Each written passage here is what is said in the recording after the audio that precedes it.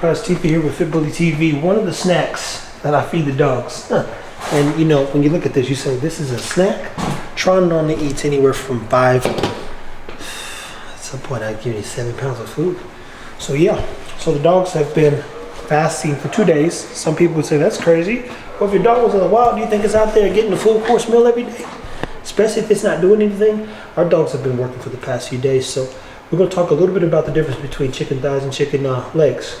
I don't have any chicken breasts, but I got chicken tenderloins. But I'm gonna show you why I put this meal together and why it works for me.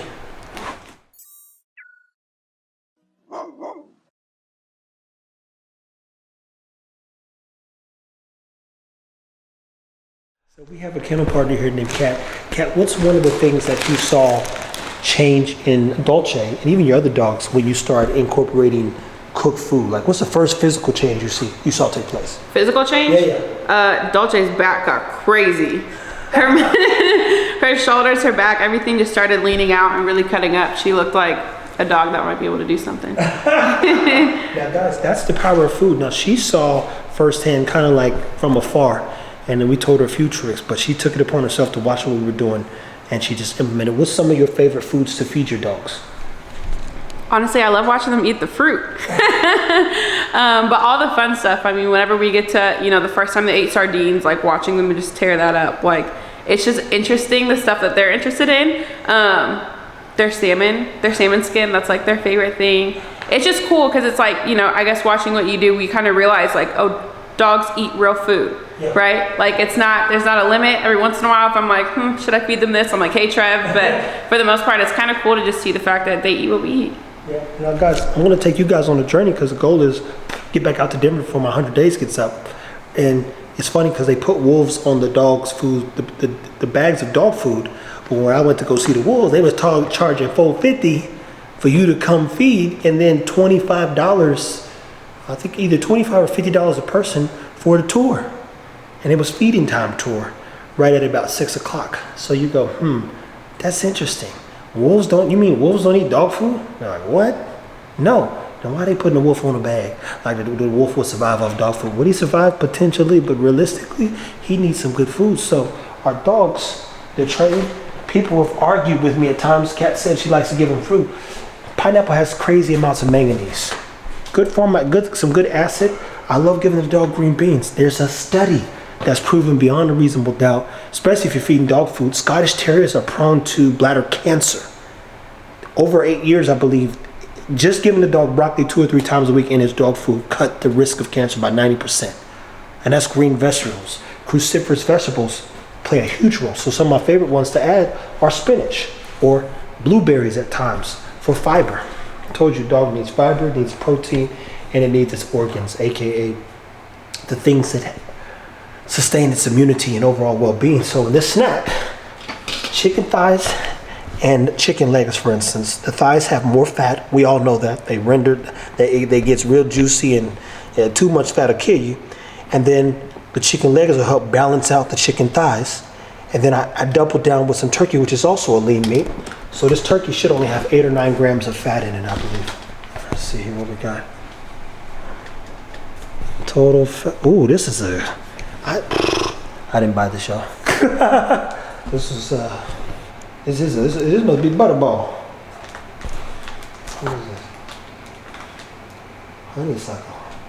Yeah, butterball a little bit thinner. I'm gonna show you the turkey that we know. I don't even know if I got the packages. I don't have the packages. I normally get it from the store. It has about 9 grams per every 22 ounces of protein, aka 4 ounces. This is more fat than I like. So you know what I have to do now, since I've got the chicken thighs? I actually need to. Now, mind you, this takes some time to learn, people. Like if you want to know the numbers and what the numbers do, man, let one of the numbers be off. So I actually have these chicken legs, and Tron and my man Ego, I'm gonna give him a little bit more of that because I didn't expect this turkey to have that much fat. Because that ain't the move. I'm telling you right now, I know what happens next. And I ain't gonna be cleaning up no crap. And Tron will have a blowout and move it around. Now, big thing I want to show you guys is, you ever been into fitness and hold on, put them puppy blocks in. Fortified in here?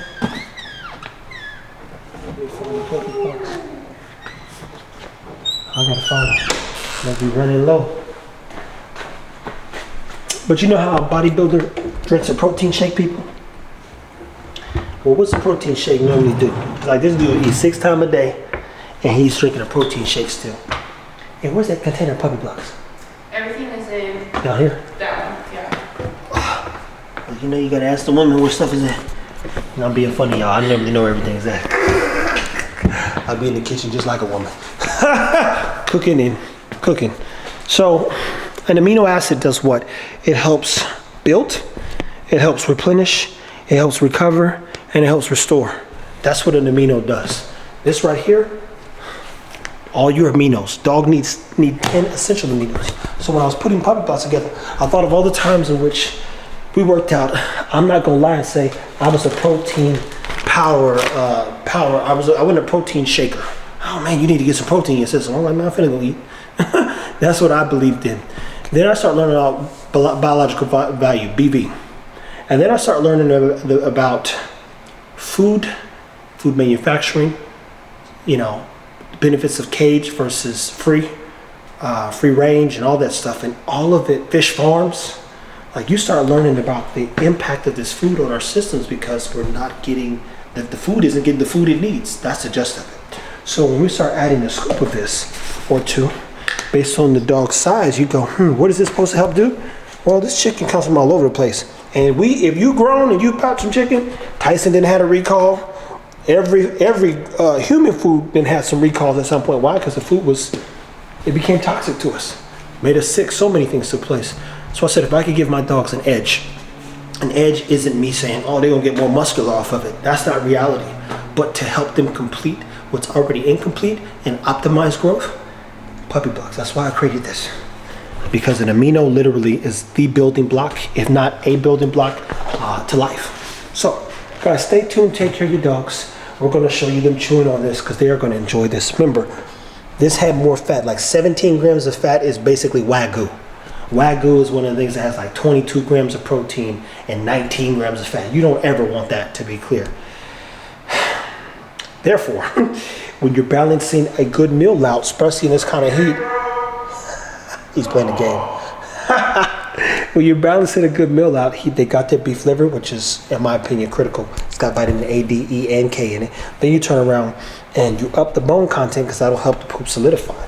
You get too much fat, the dog's literally gastrointestinal inflammation. And the only thing I really need to top it off with, which I need to make, to be clear, is sweet potatoes.